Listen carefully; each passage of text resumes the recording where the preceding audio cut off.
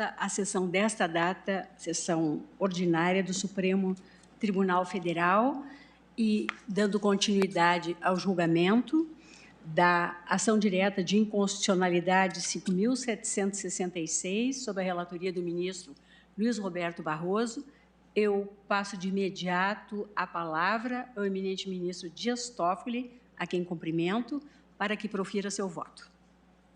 Senhora Presidente, ministra Rosa Weber, senhora ministra Carmen Lúcia, ministros do Supremo Tribunal Federal, a partir do nosso decano, ministro Gilmar, ministro vice-decano, meu professor Ricardo Lewandowski, querido ministro relator desse caso, ministro Luiz Roberto Barroso, senhoras e senhores, o Procurador-Geral da República, doutor Augusto Aras, os advogados que se manifestaram, a partir do voto do eminente relator, ministro Luiz Roberto Barroso, que procurou dar uma solução que fosse uma solução em que se adequasse às questões relativas à disputa capital e trabalho, e a partir do voto do ministro Luiz Edson Fachin, no sentido de privilegiar a opção do legislador, no que foi acompanhado de privilegiar a posição do autor da ação, no que foi acompanhado pelo ministro Ricardo Lewandowski, e a partir dos votos do ministro Alexandre de Moraes e da ministra Carmen Lúcia, que é um voto, digamos, é um voto que coloca uma solução de meio termo entre as posições trazidas, seja pelo eminente relator, no seu substancioso voto, seja pela divergência aberta pelo ministro Edson Fachin, julgando totalmente procedente a ação, afastando os dispositivos legais relativos à reforma trabalhista no ponto que ora está sob análise.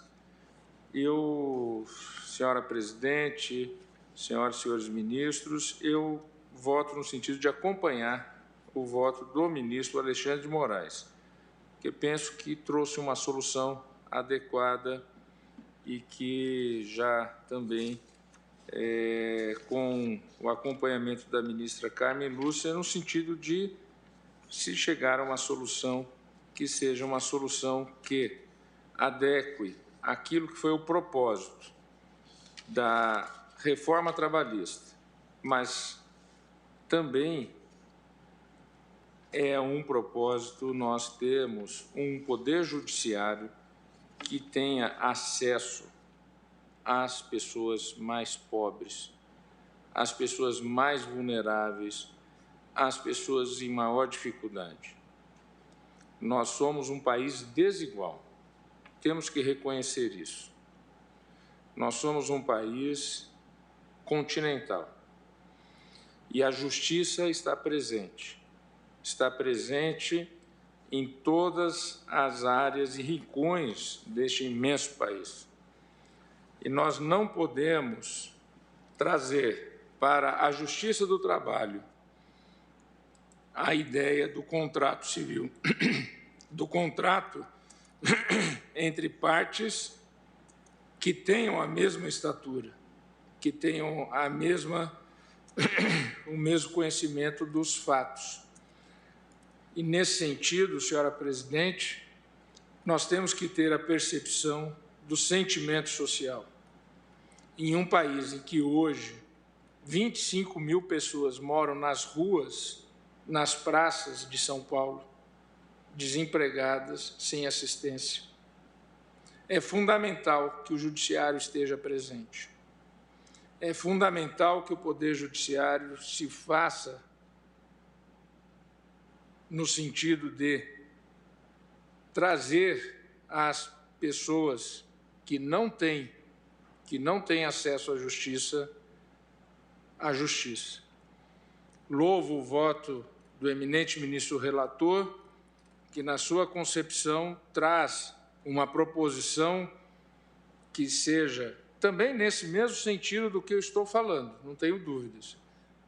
Também louvo o voto do ministro Luiz Edson Fachin, que vai, acompanhado pelo ministro Ricardo Lewandowski, no sentido de julgar totalmente procedente a ação para afastar esses requisitos de acesso à justiça. A justiça brasileira, muito se diz que custa caro, mas não há justiça no mundo que tenha a possibilidade de qualquer cidadão a ela ter acesso. Qualquer cidadão tem acesso a esse Supremo Tribunal Federal, através, seja da Defensoria Pública e seja da Justiça Gratuita. Como dizia o ministro Marco Aurélio, o protocolo nunca estará fechado.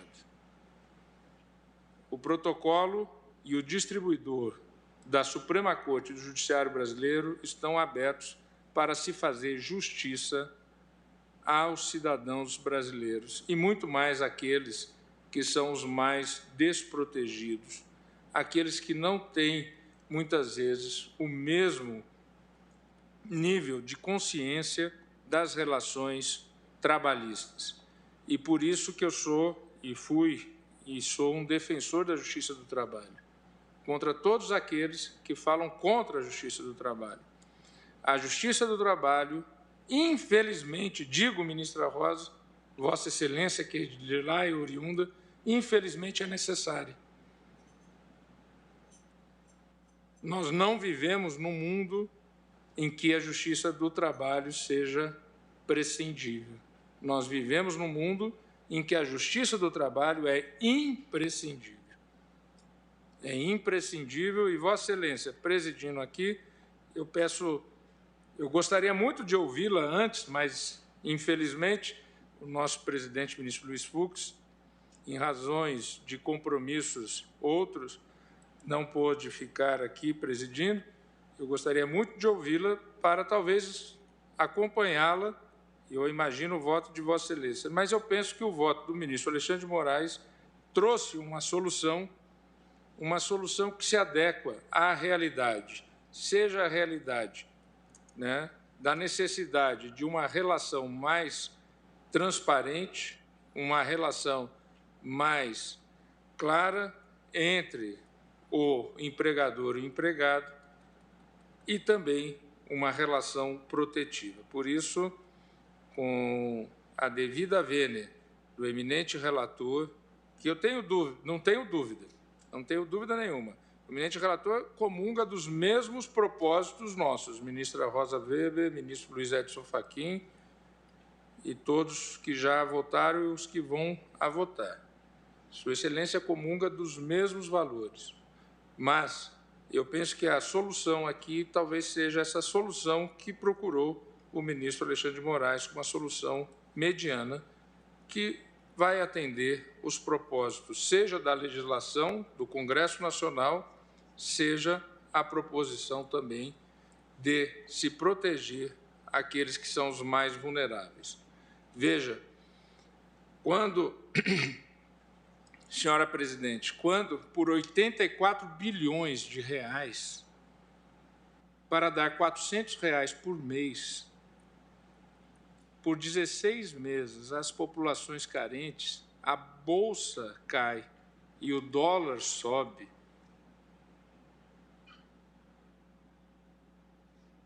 estamos falando do quê?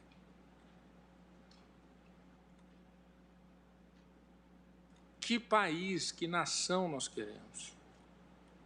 Quando tem 25 mil pessoas morando nas praças públicas do centro de São Paulo. Só para citar a cidade de São Paulo.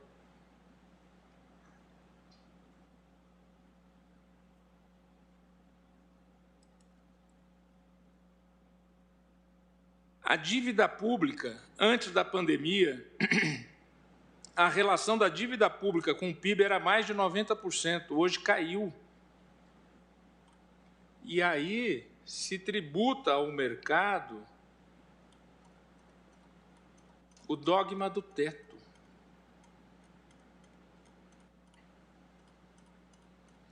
se tributa ao mercado a ideia de que, se ultrapassar o teto, dando R$ 400 para as pessoas que não têm condições de se alimentar, e no mundo inteiro viralizou a imagem de 4 pessoas na lata de lixo, ou melhor, no caminhão de lixo. Nós vamos impedir o acesso à justiça garantido pela Constituição brasileira?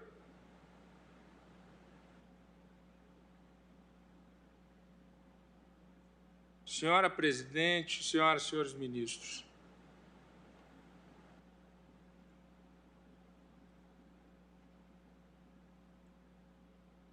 nós temos e precisamos repensar determinados dogmas. E nós temos, em um país que a pandemia colocou tantas pessoas no desemprego, e aqui nós sabemos de todas as dificuldades reais e materiais, mas nós não podemos esquecer o nosso compromisso maior, que é aquele que eu sempre reitero, senhora Presidente, ministra Rosa Weber, do artigo 3º da Constituição da República Federativa do Brasil. Objetivos fundamentais da República Federativa do Brasil: construir uma sociedade livre, justa e solidária. 2. Garantir o desenvolvimento nacional. 3. Erradicar a pobreza e a marginalização e reduzir as desigualdades sociais e regionais. 4. Promover o bem de todos, sem preconceitos de origem, raça, sexo, cor, idade e quaisquer outras formas de discriminação. E essa discriminação passa por uma discriminação da pobreza. Que o acesso à justiça seja para todos. Eu, em razão das circunstâncias, gostaria muito de acompanhar o voto do ministro Luiz Edson Fachin e do ministro, meu professor, Ricardo Lewandowski. Mas eu penso que o voto médio prevalecerá e acompanho o ministro Alexandre de Moraes. Agradeço, ministro Dias Toffoli, pelo... Presidente, me concede a palavra por um minuto? Pois não, ministro Luiz Roberto. É só para deixar, eu não quero convencer ninguém, já há uma maioria formada. Mas queria deixar claro que não há nenhum risco de negativa de acesso à justiça ao trabalhador aqui. O que se prevê é: o trabalhador hipossuficiente pode ajuizar a sua reclamação trabalhista perante a Justiça do Trabalho sem ter que pagar custas, perícia ou honorários de sucumbência. Ele pode ajuizar a sua ação. Se ele perder a ação, ele continua não tendo que pagar nada, nem perícia, nem honorários de sucumbência, nem custas. Apenas se ele, em outra ação, ganhar um volume de recursos superior ao teto da Previdência, ele teria que gastar 30% do que ele ganhou para pagar os honorários do advogado da outra parte e para pagar a perícia. Portanto, o acesso à justiça não é afetado aqui em nenhuma medida. Eu respeito que se discorde da solução, como aparentemente será a posição da maioria, mas ninguém fica sem poder postular o seu direito perante o Poder Judiciário. Só vai ter que pagar alguma coisa se ganhar uma outra ação e, assim mesmo, acima de um determinado valor. Obrigado, presidente. Obrigada, ministro Luiz Roberto. Colho agora o voto do eminente ministro decano Gilmar Mendes. Presidente, boa tarde a todos. Cumprimento Vossa Excelência, cumprimento a ministra Carmen Lúcia e todos os ministros. Eu estou com um problema na voz e peço desculpas, eu vou ser breve, tendo visto, inclusive, o aprofundamento, embora tenha trazido um voto mais longo, mas eu vou pedir à Vênia, inclusive a maioria que se forma, para acompanhar o voto do eminente relator, ministro Roberto Barroso. Entendo que aqui não se há de falar nem em denegação de justiça e nem algum tipo de falta à proteção judicial, de modo que, pedindo todas as vênias e compreendendo as posições que já foram externadas, aqui me parece que o que se busca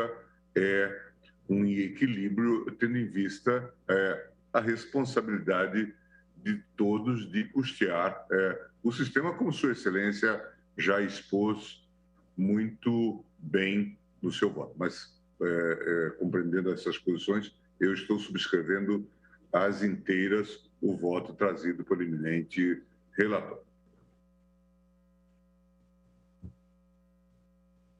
Cabe-me agora votar, e eu digo a Vossas Excelências que tem um voto escrito bastante longo, vou procurar resumi-lo ao máximo, mas porque entendo que o tema é de capital importância, eu me permito fazer este resumo, mas não deixar de fazê-lo, e não dizer simplesmente que, com todo o respeito às posições contrárias, eu acompanho o voto divergente do eminente ministro Luiz Edson Fachin, que foi acompanhado nessa sentada pelo ministro Ricardo Lewandowski.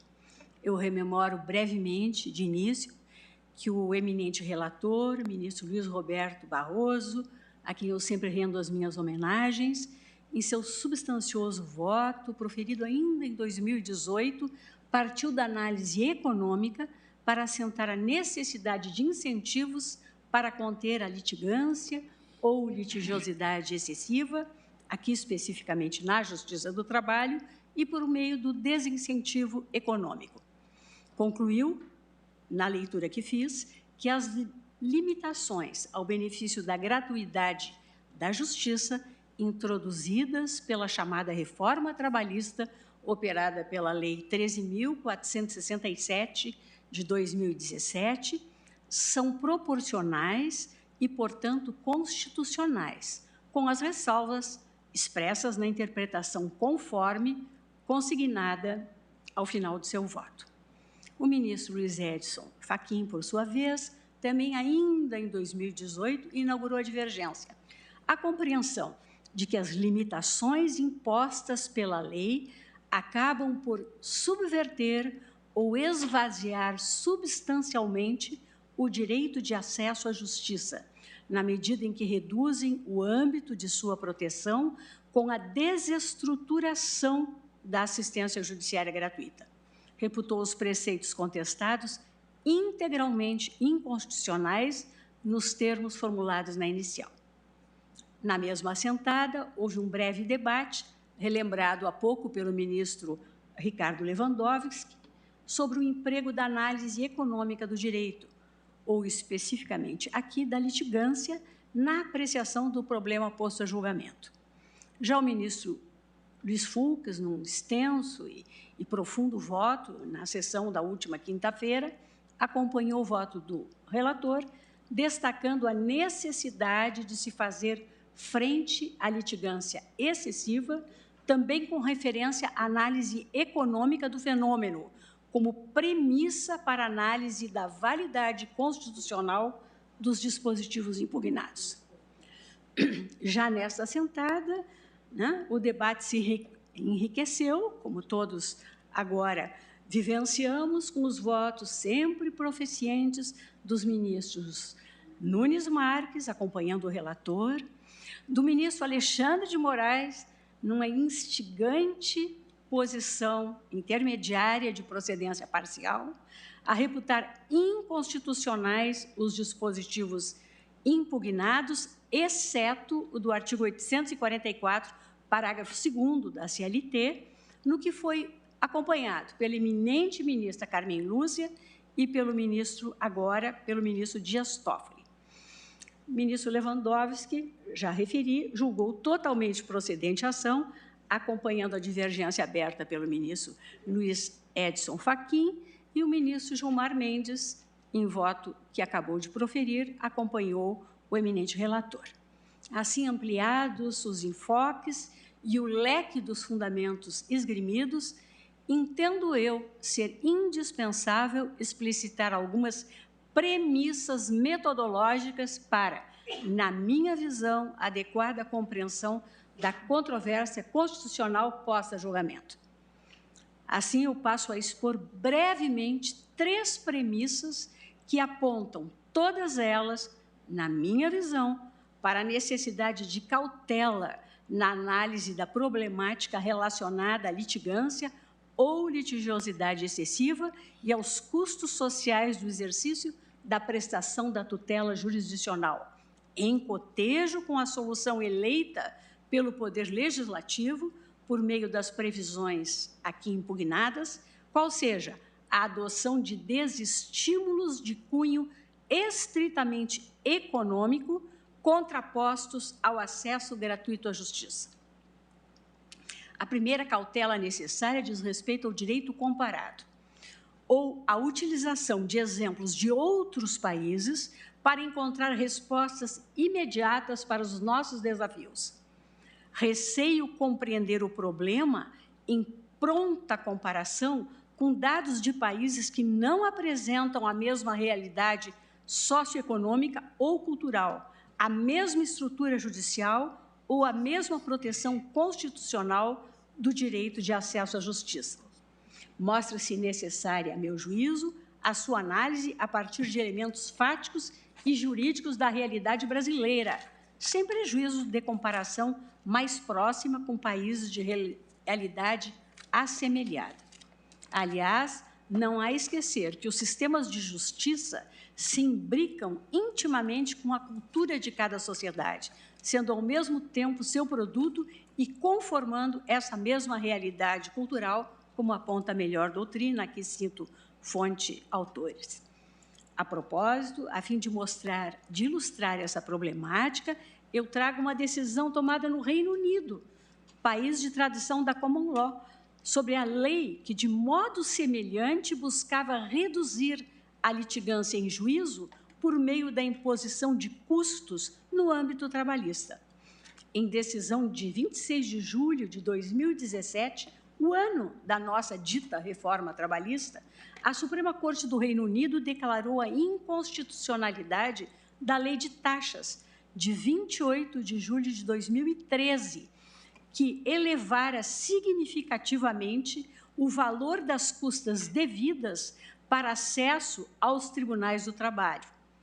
Assim como as alterações promovidas nas nossas normas procedimentais trabalhistas em relação ao benefício da justiça gratuita, a Lei de Taxas no Reino Unido, a Lei de Taxas no Reino Unido estava calcada nas seguintes premissas: as taxas ajudariam a transferir parte do custo dos cidadãos em geral para os que realmente usavam o sistema judiciário.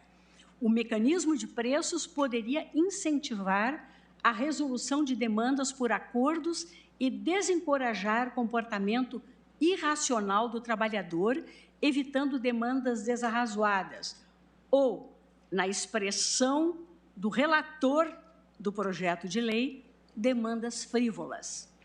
Nessa perspectiva, os fundamentos da Suprema Corte do Reino Unido para declarar a inconstitucionalidade da Lei de Taxas se alicerçam principalmente na função da Justiça do Trabalho de promover a concretização do direito dos trabalhadores, incluindo aqueles que possuem baixa remuneração, perderam seus empregos ou têm dificuldade de encontrar nova posição no mercado de trabalho e, por isso, se encontram em situação de vulnerabilidade social. No meu voto escrito, eu destaco o excerto dessa decisão que aqui se aplica, do meu ponto de vista, como uma luva. Desse modo, entendo que devemos investigar o contexto social e institucional subjacente dos países colocados como referência na adoção dos precedentes estrangeiros referenciados, a fim de justificar, de forma adequada, este diálogo entre as Cortes Nacionais. A segunda premissa, senhores ministros, é no sentido da necessidade de cautela quanto aos números, pois o que eles expressam, os números, é exatamente isso. Eles são números, não são pessoas, não são vidas. Por isso, não necessariamente me espanta, tomado isoladamente, quantitativo de processos judiciais, como mencionado, por exemplo, em relação às quase 4 milhões de ações que teriam sido aforadas em 2016 na Justiça do Trabalho, o que seria o ápice dos registros anuais anteriores à reforma trabalhista. Além de sermos um país de mais de 210 milhões de habitantes, é necessário apreciar esse número comparativamente com outros ramos judiciais nacionais e também tomá-lo contextualmente e de modo dialogado com elementos qualitativos. Nesse sentido, embora louváveis e necessárias, as iniciativas do Conselho Nacional de Justiça e dos próprios tribunais para diagnosticar quantitativamente a realidade judicial brasileira, é preciso notar que o número é apenas um dado, que, por si só, não contribui à solução de determinado problema. Precisa ser interpretado e contextualizado, e a interpretação reclama o auxílio de outros dados concretos. Lembro, a propósito, minha experiência de alguns meses como inspetora do trabalho. O cargo hoje é de auditor fiscal do trabalho, por força de concurso público que fiz antes de ingressar na magistratura trabalhista, quando constatei pessoalmente em várias agências bancárias que os então registros individuais de ponto, prova pré-constituída por força de lei das jornadas de trabalho, não consignavam as horas extras trabalhadas, que não eram pagas, e então proibida a prorrogação da jornada, no caso dos bancários. Casos assim é que levaram o brilhante, então juiz do trabalho gaúcho, Ronaldo Lopes Leal, que veio a ser ministro-presidente do Tribunal Superior do Trabalho, um dos fundadores da ANAMATRA, a falar pioneiramente em lesão massiva de direitos, em ações coletivas para repará-los. O querido ministro Ronaldo, todos sabem, faleceu no último sábado, e eu aproveito aqui para reverenciá-lo. Voltando ao tema, também é leitura possível que um número excessivo e absurdo de demandas resulte ou tenha como uma de suas causas o reiterado descumprimento da legislação trabalhista. Acresço que tampouco me causa estranheza a constatação de grande número de pedidos de gratuidade na Justiça do Trabalho, pois esta é a realidade brasileira, como acabou agora de realçar o ministro Dias Toffoli em seu voto. Como destacarei no voto adiante, a maioria dos trabalhadores recebe até 40% do teto do regime geral da Previdência Social, que é o atual patamar da presunção absoluta de hipossuficiência de recursos para efeito do benefício previsto na CLT. Desta maioria estão excluídos, por óbvio, os milhões de desempregados deste nosso Brasil, de tantas desigualdades e misérias, e por todos sabido que a falta da garantia genérica de emprego contra a despedida arbitrária ou sem justa causa, até hoje não editada, a lei complementar prevista no artigo 7º, inciso 1 da nossa Constituição, e restrita tal proteção a alguns grupos, como o das gestantes, a Justiça do Trabalho é chamada da Justiça dos Desempregados. De qualquer sorte, entendo eu, não se curará a enfermidade matando o doente, é dizer, fechando ao trabalhador as portas do judiciário. A terceira premissa metodológica a exigir cautela na determinação de causas, nexos de causalidade, consequências e soluções na presente seara, diz respeito à necessidade de olhar para o todo, para ambos os lados da litigância e suas diferentes feições, e reconhecer a insuficiência ou mesmo a desproporcionalidade, como aqui colocado em debate, de desincentivos econômicos para o alcance de eficiência e efetividade na prestação jurisdicional. Essa totalidade, aliás, não foi descuidado pelo eminente relator, que mencionou em seu percussiente voto não apenas a litigância frívola que se procuraria combater, mas também a existência de descumprimento dos direitos trabalhistas pelos empregadores. E aqui há que lembrar dos litigantes habituais ou litigantes contumazes, como fez Sua Excelência no seu voto. Os litigantes habituais ou litigantes contumazes, que são a outra face da moeda do excesso de litigância.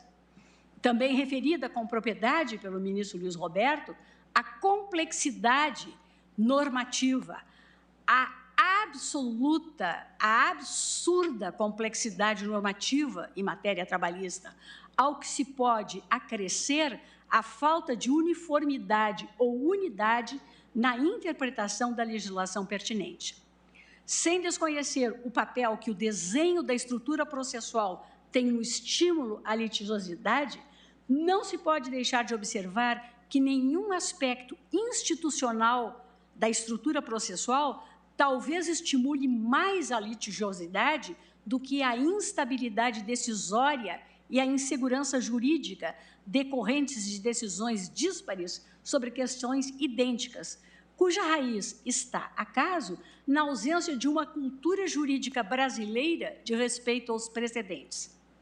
Nessa tônica, parece-me, deva ser levado em consideração o contexto mais amplo da litigância para concluir pela proporcionalidade ou não da solução escolhida pelo legislador, ou seja, para dizer se a conformação da gratuidade da justiça nos moldes ora normatizados e impugnados encontra amparo constitucional.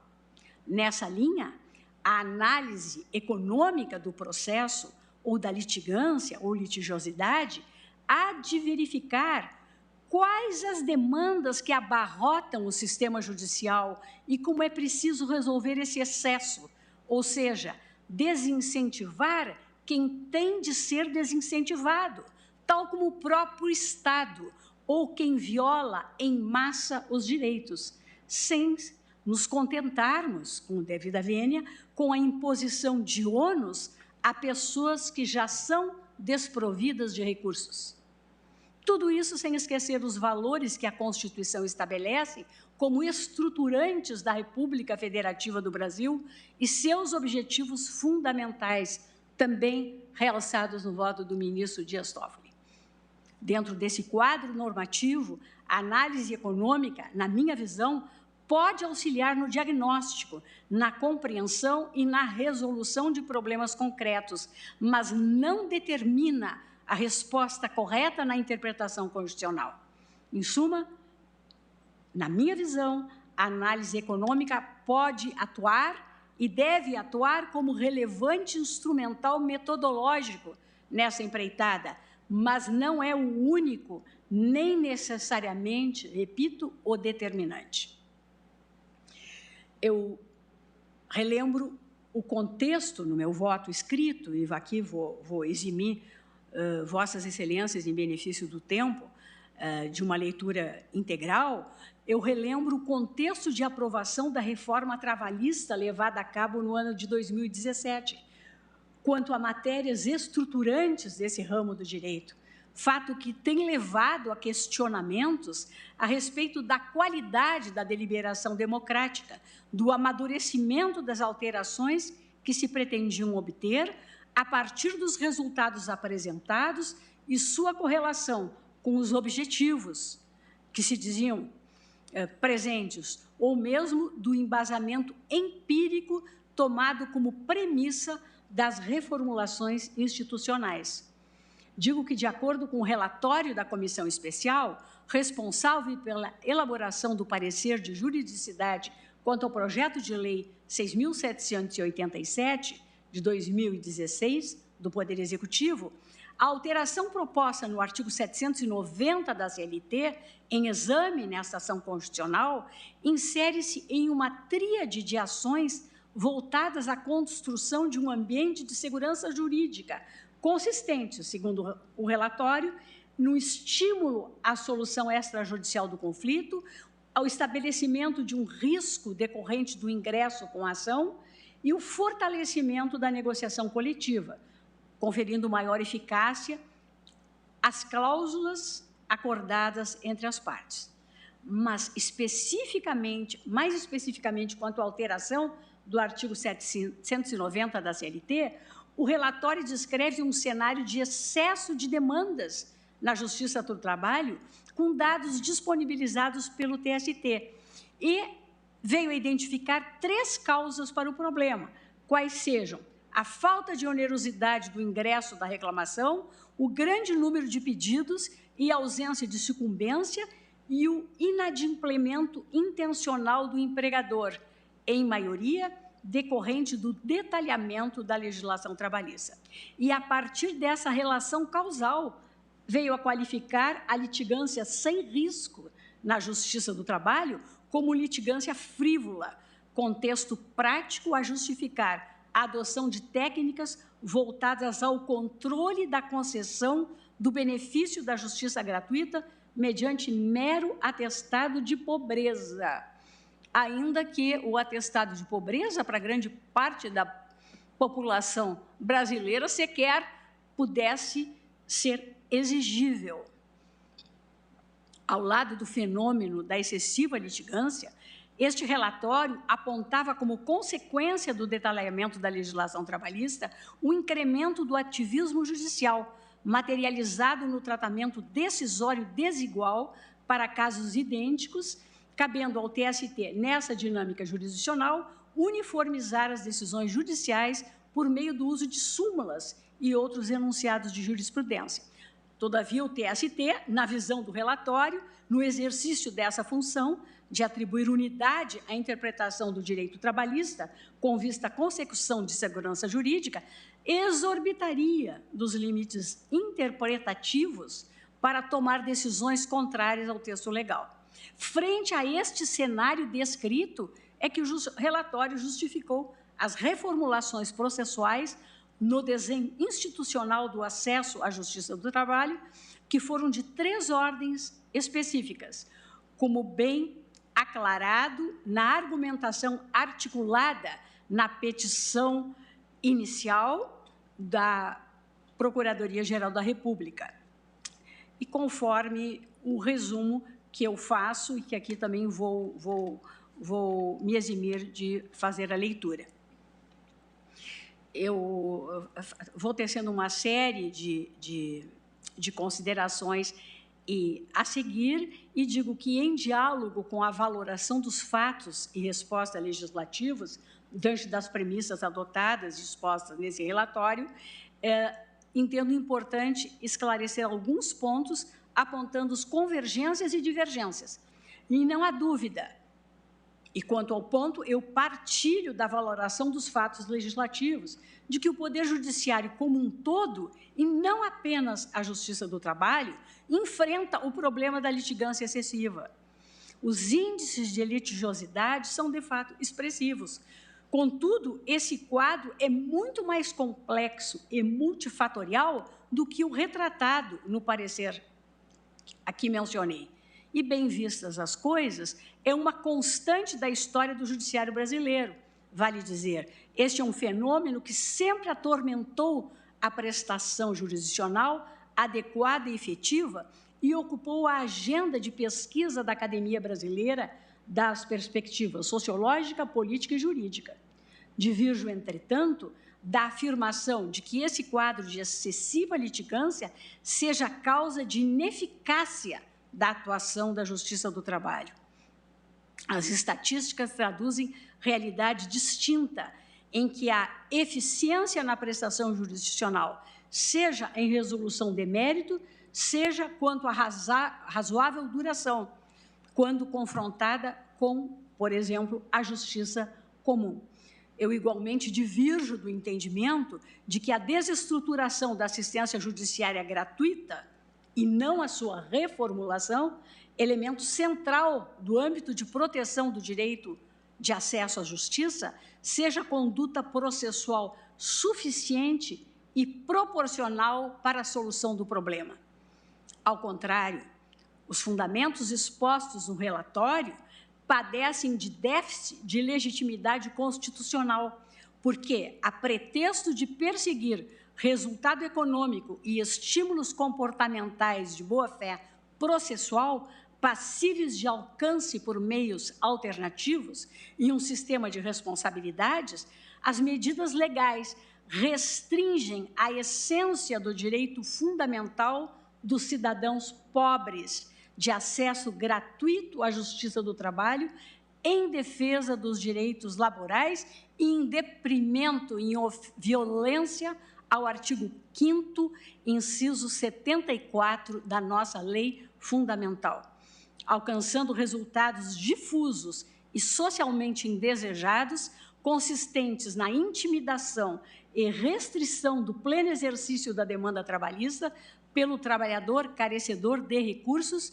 em proveito exclusivo de interesses econômicos, representados em grandes empregadores que assumem o perfil de litigantes habituais e também responsáveis pela litigância repetitiva e em massa, como o próprio relatório da Comissão Especial aponta, embora não proponha a respeito respostas legislativas. No que concerne ao problema da insegurança jurídica, concordo com o diagnóstico do fenômeno, consubstanciado no quadro decisório, muitas vezes desigual para a solução de problemas jurídicos semelhantes. O desenvolvimento judicial do direito, com efeito, deve ser conformado forte na racionalidade e na coerência decisória, com o objetivo de assegurar igualdade, previsibilidade e liberdade, valores caros ao Estado de Direito, em particular ao subprincípio da segurança jurídica. Isso significa dizer que a interpretação, depois da fase de maturação pelos órgãos jurisdicionais de primeiro e segundo graus, deve ser definida pela Corte Suprema, vocacionada à formação de precedentes. Portanto, a construção de um sistema de precedentes fortes é técnica necessária para a consolidação de uma cultura de respeito ao Estado de Direito, cuja consequência centra-se justamente na alocação da previsibilidade e estabilidade normativa como premissas das pautas de condutas daqueles que buscam a tutela jurisdicional e da sociedade em geral. Ou seja, o sistema de precedentes possibilitará a cultura de tomada de decisões baseadas na análise de custos e riscos de acesso ao judiciário, porque se tem a previsibilidade da resposta jurisdicional como elemento da escolha do caminho e das consequências por parte dos atores sociais. Não por outra razão, este sistema foi acolhido e objeto de disciplina legislativa e regimental nas recentes reformas processuais pelas quais passaram tanto o processo civil, o nosso Código Fux, quanto o trabalhista, instrução normativa do TST e artigo também 702 da CLT, por exemplo. Assim como é objeto de constante debate por este plenário, um dos atores responsáveis pela sua construção e consolidação. Veja-se, o sistema de justiça multiportas deve ser incentivado como caminho alternativo de acesso ao judiciário para a solução das disputas sociais. E aqui entram as fórmulas da mediação e negociação. Mas esse sistema e suas múltiplas portas de solução dos conflitos não pode ser imposto a qualquer custo, inclusive a custo dos direitos. Os números de eficiência não se sobrepõem à proteção de direitos. Este alerta foi um dos pontos de maior crítica do professor Mauro Capelletti, já de todos conhecido, quando da análise da chamada terceira onda do movimento de acesso à justiça, que versou sobre a dimensão da efetividade desse direito a partir da adoção de profundas reformas procedimentais das instituições e profissões jurídicas e assinalou sua preocupação com a deturpação da finalidade do movimento de acesso à justiça enquanto política pública social direcionada à efetivação dos direitos, em especial com a sobreposição dos resultados eficientes nas respostas às disputas por meio do uso de outro método de solução, como a mediação. Eu compartilho, senhores ministros, da compreensão de que a litigância descompromissada e baseada em comportamento de má-fé deve ser responsabilizada com a aplicação das sanções cabíveis.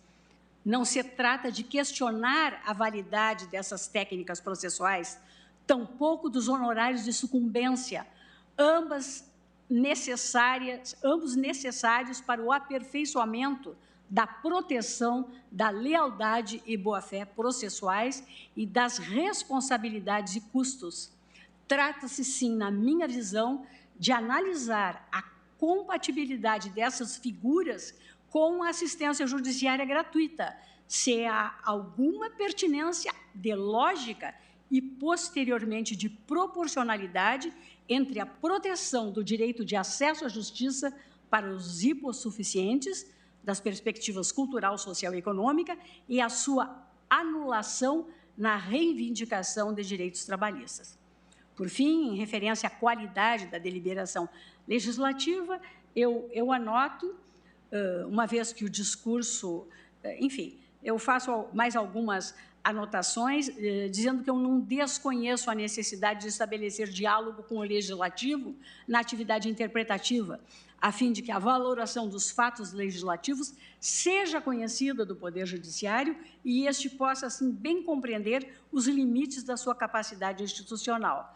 No caso, como premissa do meu voto, afirmei a insuficiência deliberativa da matéria no processo legislativo, o que reflete a assunção de falsas, na minha visão, por óbvio, a assunção de falsas inferências sobre os dados e estatísticas e, por conseguinte, contribui para uma compreensão inadequada do fenômeno em debate e suas soluções. E, nessa linha, no meu voto, eu transcrevo um excerto do prefácio da obra doutrinária coletiva, fruto de convênio entre o Ministério Público do Trabalho e o Centro de Estudos Sindicais e Economia de Trabalho da Unicamp, sob a organização dos professores José Darim Krain e colegas. A obra é o trabalho pós-reforma trabalhista. No entanto, digo eu, o objeto desta ação direta não reside na inadequação das soluções legislativas, porque não é motivo apto a justificar a inconstitucionalidade, mas antes na sua compatibilidade com o âmbito de proteção de um direito fundamental basilar na constelação do Estado de Direito. O exercício da jurisdição implica, não raras vezes, é certo, a adoção de respostas com as quais não concordamos, por razões de pré-compreensão, mas concordantes com a Constituição, e essas, sim, devem ser protegidas e afirmadas. Passo, depois, no voto, ao exame do regime de qualificação para a gratuidade antes e depois da reforma e a realidade brasileira, dizendo apenas para constar, senhores ministros, que o benefício da justiça gratuita no direito processual do trabalho é regido pela CLT, artigo 790, parágrafos 3º e 4º, com a nova redação conferida pela Lei 13.000, a Lei da Reforma Trabalhista, 13.467 de 2017, transcrevo o dispositivo e digo que esse dispositivo estabelece 2 critérios de miserabilidade. O primeiro, e eu vou fazer essa leitura porque diz com, de certa forma, e peço vênia o eminente relator, meu querido ministro Luiz Roberto, que é o ponto de divergência que ele aponta com o ministro Alexandre de Moraes, e aí ocorreu a resposta do ministro Alexandre, né? É que, na verdade, há uma presunção legal absoluta de miserabilidade nesse dispositivo, que está vinculada ao teto de benefícios do regime geral de previdência social, ou seja, perceber os trabalhadores salário inferior ou igual a 40% do limite máximo, que, no caso, os 40%, na época, representavam R$ 2.212,52, em 2021, chega, pela alteração do salário desse limite, a R$ 2.440,42. Na sua redação anterior, a CLT utilizava o dobro do salário mínimo como parâmetro. Estava mais ou menos a mesma coisa. O segundo parâmetro diz com a presunção relativa de miserabilidade regulada pelo parágrafo 4º, inserido pela reforma, que repete o artigo 5º, 74 da Constituição, ao dispor que o benefício será concedido à parte que comprovar insuficiência de recursos para o pagamento das custas do processo. Ainda, nos termos do artigo 14 da Lei 5.584 de 70, na Justiça do Trabalho, a assistência judiciária referida pela então vigente Lei 1.060 de 50, segundo ela, compete ao sindicato da categoria profissional a que pertence o trabalhador, responsável, portanto, pelo auxílio jurídico gratuito. Aí eu faço uma análise dos regramentos anteriores e digo que, embora haja aumento do patamar da presunção legal absoluta de hipossuficiência econômica para fins de gratuidade da justiça, houve restrição no que se refere à sua concessão na outra hipótese, exigindo-se mais do que a mera declaração, exige-se a comprovação. Ao lado desse quadro normativo, é de se anotar que a consideração de dados do primeiro trimestre de 2017, ao tempo da reforma e pré-pandemia, portanto, leva à conclusão de que dos diferentes grupos de trabalhadores brasileiros, apenas servidores estatutários, civis e militares e empregadores são majoritariamente remunerados acima do patamar de 40% do regime geral de previdência social, sendo que os primeiros não têm suas disputas laborais apreciadas pela Justiça do Trabalho. Ou seja, a grande maioria do povo brasileiro é abrangida por este novo teto. Assim, segundo os dados compilados em pesquisa publicada pelo IPEA, que eu trago no voto escrito e faço toda a exposição e apresento todas as tabelas e gráficos, eu digo, se considerado tipo de atividade, não distante disso, apenas na administração pública, defesa e de seguridade social, há majoritariamente, ainda que com margem própria, pessoas que ganham mais de 40% do teto do regime geral de previdência social. Tal quadro fático denota a importância da gratuidade na Justiça do Trabalho e é ainda concretamente corroborado pela constatação de que pesquisa igualmente publicada pelo IPEA, com base em dados de 2018, apontam que pouco mais de 90% dos trabalhadores das reclamatórias trabalhistas analisadas recebiam até o valor de 4 mil. E desse total, 62,5% percebiam R$ 1.996, ou seja, já são considerados absolutamente hipossuficientes para fins do benefício da gratuidade da justiça. A par disso, esse cenário é complementado pelo fato de que a gratuidade da justiça não necessariamente vem acompanhada de assistência jurídica gratuita no que diz respeito à assistência técnica em juízo, conforme destacado na inicial, embora não haja restrição para a atuação da Defensoria Pública no âmbito da Justiça do Trabalho. Ao contrário, a previsão legal, artigo 14 da Lei Complementar 80 de 94, a realidade é de que a sua atuação é reduzida na seara trabalhista, sendo priorizada em outros campos. Nesse sentido, e considerando que o jus postulandi praticamente não é exercido, os trabalhadores acabam sendo assistidos pelos sindicatos, forte no artigo 14 da Lei 5.584 de 70, ou com maior frequência por advogados particulares, a arcarem, na maioria dos casos, com honorários contratuais, mesmo que somente ao final, na hipótese de receberem verbas no processo. Assim, é que em 2012, constatou-se, na amostra analisada, o percentual de 86,9% das reclamatórias com advogados na defesa dos trabalhadores e apenas 9,1% deles eram de sindicatos da categoria. Já em 2018, esse último percentual caiu para 8,5%. Dessa maneira, além de faticamente não haver o gasto da União no financiamento da assistência jurídica gratuita via Defensoria Pública no âmbito da Justiça do Trabalho, o beneficiário da gratuidade da Justiça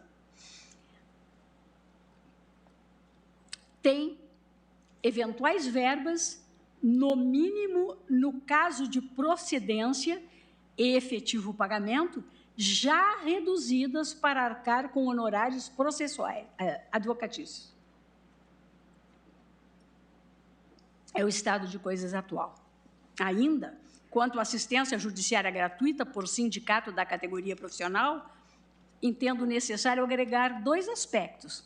O primeiro deles é a modificação operada pela reforma trabalhista, consistente na retirada da homologação obrigatória por sindicato ou pelo Ministério do Trabalho das rescisões do contrato de trabalho.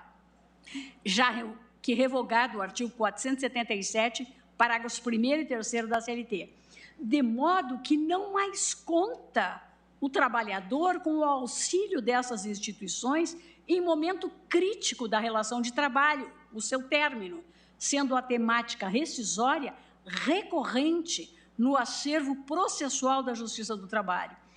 Tem, então, o trabalhador de estar assistido por advogado para saber de seus direitos e para, conforme o caso, celebrar acordo extrajudicial com o empregador e proceder à homologação judicial. Artigo 855-B e seguintes da CLT, é a reforma. Em consonância com este cenário, a propósito, cresceu exponencialmente o número de ações homologatórias dos acordos extrajudiciais. Entre novembro de 2016 e novembro de 2017, foram ajuizadas 2.356 ações homologatórias entre abril de 2019 e abril de 2020. Esse número chegou a 58.677. O segundo aspecto a considerar é que também houve enfraquecimento financeiro dos sindicatos, afastando-se a chamada contribuição em imposto sindical. E aí nós temos que ver a redação conferida aos artigos 578 e seguintes da CLT pela lei da reforma. Se uma conclusão é possível a partir do raciocínio econômico, é de que são necessários recursos para que o sindicato preste assistência judiciária gratuita aos trabalhadores, de modo que a existência de menos recursos significará a tendência a ainda menor espaço para a sua atuação na assistência ao trabalhador em juízo. Senhores ministros, eu passo no meu voto, como eu disse, é longo, peço escusas, ao exame da Justiça do Trabalho no contexto da justiça brasileira em geral. E digo que, ao final do seu voto, só vou referir esse pequeno aspecto, o ministro Luiz Roberto Barroso pontuou que a Justiça do Trabalho apresenta bom desempenho comparativo em relação a outros ramos, com destaques para alguns aspectos em cotejo com a Justiça Federal e a Justiça dos Estados e do Distrito Federal, que seria a menor taxa de congestionamento bruto, o maior índice de atendimento à demanda, o custo médio inferior, ao menos em relação à Justiça Estadual, e o maior índice de solução consensual. Aí eu passo, aqui são dados numéricos, né? São dados do Conselho Nacional de Justiça, eu passo a referir, evidenciando que a Justiça do Trabalho está longe de ser palco do maior número de litígios, porque, em termos quantitativos, os dados revelam que possui o menor estoque de processos e que o índice de atendimento da demanda, que é o IAD, relação entre os processos baixados e casos novos, é próximo ao da Justiça Estadual e é superior ao da Justiça Federal, bem como que a quantidade de processos novos por habitante é inferior ao da Justiça Estadual e próxima ao da Justiça Federal. Já o índice de produtividade comparada, que considera a produção de cada ramo à luz dos recursos disponíveis, é superior na Justiça do Trabalho, antes e depois da reforma trabalhista, mas fica atrás, em primeiro grau, em relação tanto à Justiça Estadual quanto à Justiça Federal no pós-reforma. Aí eu passo para os relatórios da Justiça em números, né? Também me refiro ao voto do eminente relator, quando diz com propriedade que a Justiça do Trabalho, de modo consistente, ainda que com certa flutuação ao longo dos anos, igualmente se destaca em comparação com os outros ramos de justiça na resolução consensual dos conflitos. Volto a dados da Justiça em número, que depois poderão ser todos conferidos e verificados no meu voto escrito. Faço o exame em termos quantitativos e comparativos, a relação entre o número de pessoal, magistrados e servidores, número de processos, e vou concluindo no sentido de como se percebe desses dados, que é o que deixei de referir, comparativamente, a Justiça do Trabalho, enquanto instituição, apresenta, o mais das vezes, melhor cenário que os ramos não especializados, em termos de relação entre número de pessoal e número de processos, taxa de congestionamento, conciliação, tempo de tramitação até a sentença e, a depender, até mesmo execução.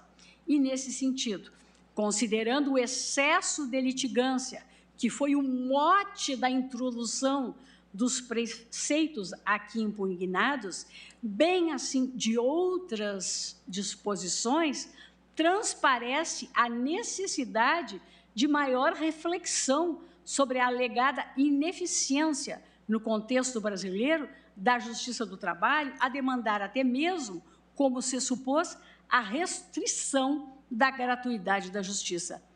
Note-se, não estou a dizer que devamos nivelar por baixo a efetividade e a tempestividade da tutela jurisdicional, mas sim que a eficiência não deve simplesmente ter como referência cenários ideais ou mesmo a situação de outros países. Ela deve ser apreciada em seu contexto mais amplo e comparativamente às instituições congêneres.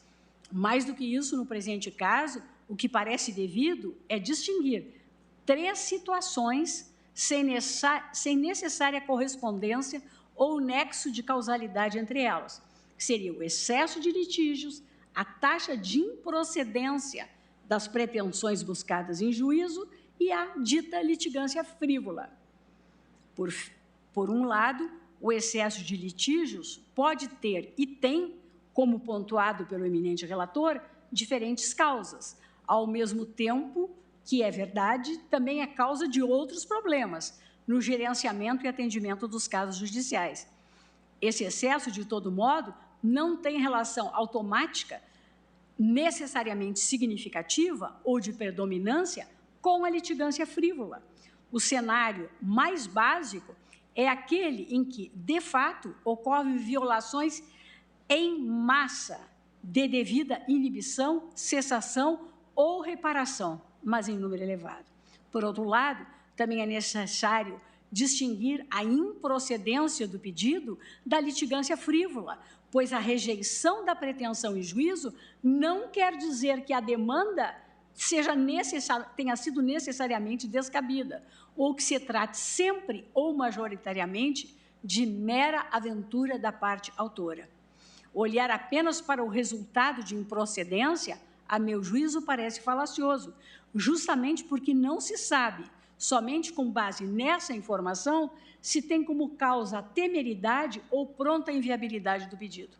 Além de toda a complexidade que reveste a interpretação do direito e a valoração da prova, que não são ciências exatas, é possível que se trate de demandas não sabidamente infundadas desde o ajuizamento. Em poucas palavras, improcedência não é sinônimo de abuso de litigar. E veja-se bem, quando a Constituição Federal enuncia que nenhuma lesão ou ameaça de lesão será excluída da apreciação judicial, não estabelece que apenas o litigante que tem razão é que tem direito de ver a sua pretensão apreciada. Ao contrário, todas as pessoas, com ou sem razão, têm direito à tutela jurisdicional efetiva. No caso de procedência, ou então de verossimilhança, na tutela provisória, incrementa-se o campo de abrangência desse direito, para também contemplar técnicas processuais que permitem a adequada efetivação do provimento judicial. Tampouco diz a Constituição Federal que apenas o litigante que tem razão é que tem direito à assistência judiciária gratuita, em sentido amplo, e sim à gratuidade da justiça. Diversamente, esse direito é assegurado a todas as pessoas que comprovem insuficiência de recursos. E o Estado não pode tirar com uma mão o que dá com a outra. Como já enfatizado no plenário, uma coisa é a revogação da gratuidade por alteração das circunstâncias fáticas. Outra é autorizar a cobrança de despesas processuais de quem ainda é beneficiário. O problema que identifico é exatamente a questão da definição e identificação empírica da litigância temerária, frívola, aventureira. A quantidade de processos, ou mesmo o número total de improcedência, de juros de improcedência, não é suficiente para esse diagnóstico adequado. Do material submetido ao crivo do contraditório no processo, não encontro concreto delineamento dessa espécie de litigância, nem sua clara vinculação com a assistência judiciária gratuita. Mesmo na hipótese da perícia, em relação à qual se menciona no relatório da Comissão Especial de Análise do Projeto de Lei que a maioria dos recursos seria destinada a demandas com resultado de improcedência, após a produção da prova pericial, eu não consigo vislumbrar com suficiente segurança elementos que apontem para nítido caráter manifestamente infundado desses pedidos. Não entendo possível tal inferência a partir apenas de dados numéricos ao lado do total de gastos. O que se pretende é, a todo custo, ou melhor, às custas do beneficiário da gratuidade, diminuir o total de gastos da Justiça do Trabalho, justificando que há muita litigância sem fundamento, sem a apropriada demonstração empírica. E não é demais lembrar que, em se tratando de insalubridade e periculosidade, a perícia é prova imposta por lei, né? Exige-se a perícia. Essa é a letra que determina a realização do exame pericial. Cabe consignar, ademais, na linha do que agora enfatizei, que na Justiça do Trabalho a realização de prova pericial assume especial relevância nos casos de saúde e segurança do trabalho, notadamente nos pedidos relativos a danos morais e materiais, acidente de trabalho, doença profissional e insalubridade ou periculosidade, cuja proteção possui estatura constitucional, nos termos do artigo 7º, 22 e 23 e 196 da Constituição Federal. Nos termos do artigo 195 da CLT, parágrafo 2º, vale lembrar, arguida em juízo insalubridade ou periculosidade, o juiz designará perito habilitado ou, onde não houver, requisitará perícia ao órgão competente do Ministério do Trabalho. A realização da prova pericial, portanto, não constitui faculdade da parte, mas obrigação imposta pela lei para se comprovar a sua existência.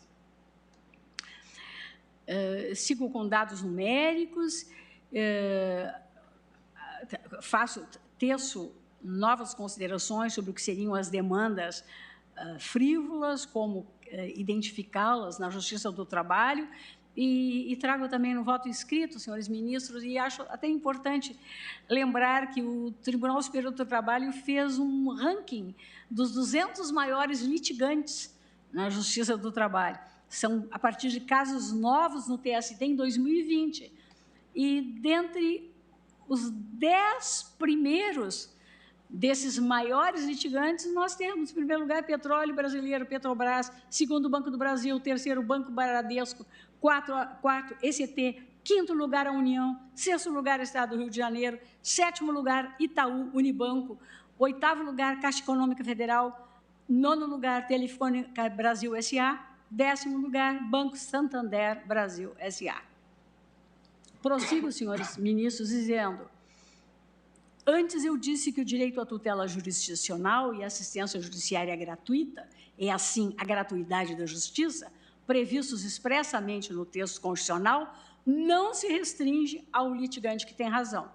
Ao contrário, são garantias conferidas à generalidade das pessoas que pretendem a tutela dos seus direitos, tenham ou não fundamento, tenham ou não razão, de modo que não se pode, por via transversa, sonegar o benefício da gratuidade, no caso de sucumbência, pela simples existência de recursos oriundos do mesmo ou do outro processo, com a devida vênia dos que compreendem de forma diversa.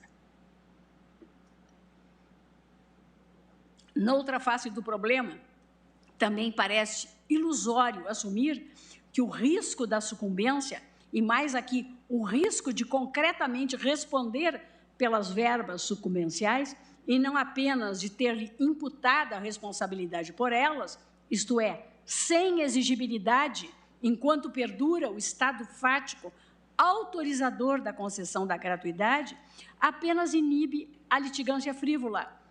Igualmente, aí se desconhece a própria natureza do direito, a imaginar-se, tanto que seja simples a diferenciação entre litígios frívolos e ações que levam, sem grande espaço para dúvida, à procedência, e que os riscos da sucumbência possam ser razoavelmente assumidos pela parte, aqui a parte pobre, na hipótese de dúvida legítima sobre o sucesso do pleito.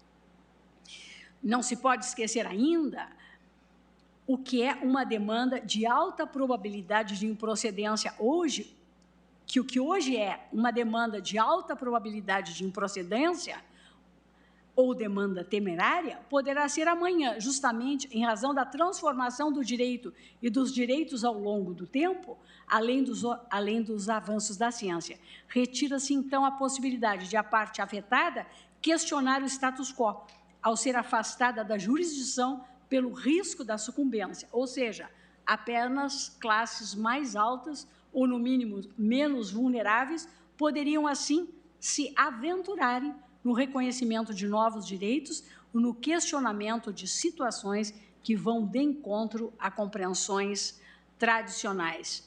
Eu aí faço uma citação de uma série de precedentes deste plenário, né, que vêm sendo formados na tutela da dignidade da pessoa humana e da igualdade, e volto a me referir ao magistério de Mauro Capelletti. Anoto que a Corte Americana de Direitos Humanos, mediante a apreciação dos distintos casos que chegaram ao seu conhecimento, já identificou a pobreza como um fator de vulnerabilidade que aprofunda o impacto de violações de direitos humanos nas vítimas submetidas a essa condição, e digo que é possível reconhecer relação cíclica entre pobreza e falta de acesso à justiça. A condição de pobreza não somente é causa, mas também acentua o impacto da falta de acesso à justiça. Sigo com transcrição do relatório sobre pobreza e direitos humanos nas Américas, né, da Comissão Interamericana de Direitos Humanos, e quanto à seara específica do direito do trabalho, acrescento que a dignidade da pessoa humana e os valores sociais do trabalho e da livre iniciativa foram erigidos como pilares da República Federativa do Brasil, na expressa dicção do artigo 1º da nossa Lei Fundamental, incisos 3 e 4, o que significa compreender que a efetiva proteção ao trabalho concretiza um meio de assegurar ao ser humano um patamar mínimo de dignidade. A defesa do direito do trabalho é indissociável da própria defesa dos direitos humanos.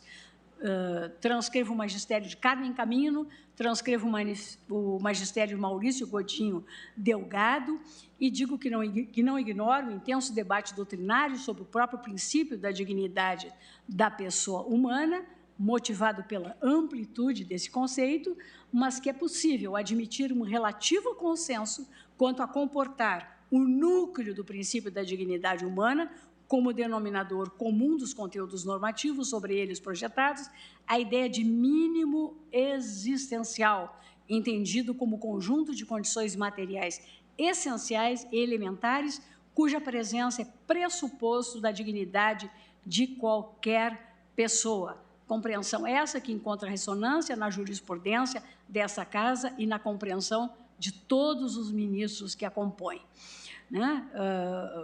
Passo a discorrer sobre a finalidade do desenvolvimento econômico, não divorciado do processo social, nos termos da nossa Constituição, artigo 170, caput, inciso 3, da nossa Carta Magna, proclamando a função social da propriedade como fator de legitimação sob a ótica dos direitos fundamentais, dos limites opostos à liberdade de contratar. Sigo discorrendo, vou para o próprio direito comparado e digo que, para além da discussão acerca do custo social de postural em juízo ou do custo social da litigância, no caso em que se trata especificamente do beneficiário da justiça gratuita na Justiça do Trabalho, consideradas não somente a delicada relação entre empregados e empregadores decorrentes do desequilíbrio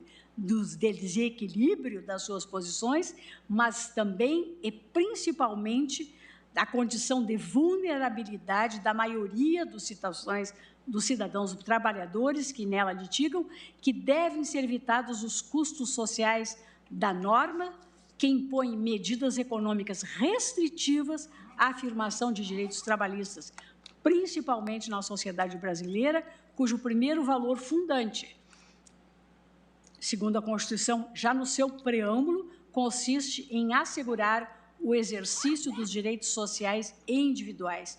E, por isso, na Justiça do Trabalho, assume especial relevo na concretização do princípio fundamental do acesso à jurisdição, uma garantia a ele conexa, que é a gratuidade judiciária aos que comprovarem essa insuficiência de recursos. E reduzir o conceito de gratuidade da justiça à ausência de cobrança antecipada é negar, a meu juízo, frontalmente o que assegura a Constituição da República sobre assistência judiciária gratuita, ao dispor claramente que ela será gratuita e integral. O artigo 790-B caput, parágrafo 4º da CLT, em exame, retira do Estado a responsabilidade pelo pagamento dos honorários periciais e a deposita no titular do direito fundamental à assistência judiciária gratuita e integral, preservando uma espécie de responsabilidade subsidiária do Estado em uma hipótese extremamente restrita. E, ao não assegurar assistência jurídica que seja, de fato, gratuita e integral, na minha visão, nega vigência ao artigo 5º, 74 da nossa Carta Maior.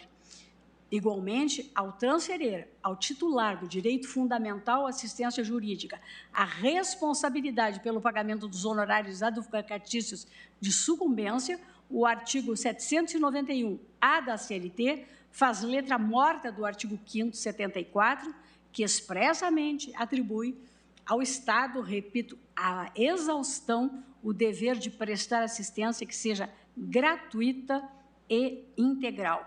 É que a mera concessão de crédito em montante matematicamente suficiente para cobrir determinada despesa processual, em absoluto se confunde com a eliminação, é o voto do ministro Alexandre de Moraes, em absoluto se confunde com a eliminação da condição de pobreza que justifica e, nos termos do artigo 5º, 74 da Constituição, impõe a concessão do benefício. Se essa condição não for afastada, o Estado não está autorizado pela Constituição a se eximir da obrigação de prestar assistência, que seja, repito e repito a exaustão, gratuita e integral. Em outras palavras, a Constituição, no artigo 5º, 74, proíbe a lei, ainda que com a melhor das intenções, de sonegar assistência jurídica gratuita e integral a quem estiver em situação de insuficiência de recursos. Somente se comprovada a superação da condição de vulnerabilidade econômica, poderá a gratuidade ser afastada pela legislação. Além disso, a idiosincrática previsão da utilização de créditos obtidos em outro processo para o pagamento de despesas processuais relativas a honorários periciais e honorários advocatícios de sucumbência destoa dos procedimentos ordinários de cobranças de dívidas, traduzindo procedimento que beira o confisco e desconsidera a realidade de que, frequentemente, os créditos assim subtraídos do trabalhador hipossuficiente já poderão ter sido, por ele, comprometidos com despesas básicas do seu sustento. Creio que, em se tratando de jurisdicionado economicamente vulnerável, seria um truísmo afirmar que nenhum recurso por ele recebido está sobrando, no sentido de que não seria por ele destinado à própria subsistência ou de sua família. Quanto ao artigo 844, parágrafos 2º e 3º da CLT, que determina ao reclamante beneficiário da justiça gratuita o pagamento de custas processuais na hipótese de ausência injustificada à audiência, condicionando ao seu recolhimento a propositura de nova demanda, compete acrescentar que, como antes lembrei, que nos termos do artigo 732 da CLT, o reclamante que por 2 vezes causa o arquivamento da reclamação por não comparecimento injustificado, já está sujeito à penalidade da perda do direito de reclamar perante a Justiça do Trabalho pelo prazo de 6 meses, enfrentando com isso, inclusive, os efeitos da prescrição. Em síntese, por essas razões, entendo que os preceitos impugnados, na medida em que se referem às pessoas beneficiárias da gratuidade da justiça, não passa no teste da proporcionalidade, seja por não restar demonstrada a adequação da medida para combater a litigância frívola ou excessiva, seja por representar medida excessiva em relação à pessoa assistida, sobremaneira o trabalhador sem recursos num país como o nosso. Foi referido na tribuna por amigo da Corte que não se pode igualar litigante pobre a litigante irresponsável, com o que eu concordo, em consonância com a vedação da discriminação. Mas tal premissa não serve à conclusão de que é lícita, ou mais especificamente aqui constitucional, a atribuição do ônus posto pela lei ou o visado desestímulo a quem pouco já tem. Em vez de se tutelar a pessoa que está em situação de pobreza, coloca-se mais um peso a ser carregado por ela. Enfim, o que ocorre na gratuidade de justiça é que o custo individual é afastado para atender o interesse social da tutela das pessoas em situação de pobreza ou hipossuficiência econômica, em prol do acesso à justiça, por expressa previsão constitucional. Por definição, há custo social sem custo individual, porque a pessoa não pode com este arcar. Um último argumento sobre o real significado e o alcance do movimento do acesso à justiça, porquanto sua compreensão está atrelada a raciocínios e lógicas simplistas, quando não data vênia ingênuas. Os desenhos institucionais, procedimentais e as técnicas processuais pré-ordenadas na legislação não tratam de meros métodos formais de alocação e solução de disputas perante os tribunais. Mas, antes de autêntica regulação do papel do Estado e da sua configuração por meio dos tribunais, dos métodos de solução de disputas e das políticas substantivas na implementação dos direitos fundamentais, na perspectiva do acesso à sua reivindicação. O que isso quer dizer? Afinal, como afirmo mais uma vez, e eu fiz várias referências e aqui me eximi de fazer a leitura, Mauro Capelletti e Brian Gart, em sua introdução ao monumental projeto enciclopédico de direito comparado, políticas públicas importantes estão em jogo nas decisões sobre quando encorajar as partes a litigar, como moldar suas reivindicações factuais e jurídicas e se promover uma resolução estritamente legal em oposição a um acordo negociado. O quanto a lei regula o comportamento social depende, em grande parte, de como a máquina da justiça é construída.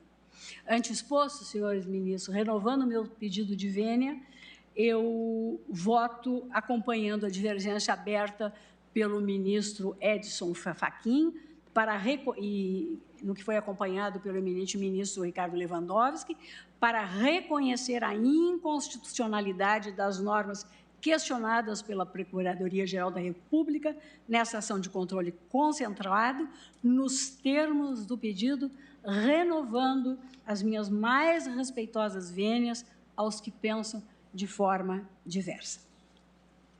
Mas proclamo o resultado.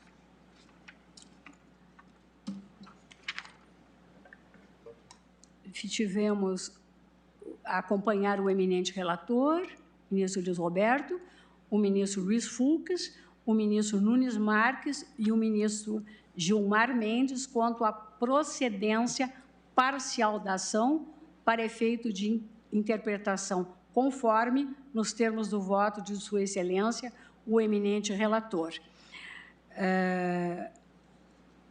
O ministro Alexandre de Moraes, acompanhado pela ministra Carmen Lúcia e pelo ministro Dias Toffoli, julgaram também, emitiram um juízo de parcial procedência da ação, mas mais limitado do que o eminente relator.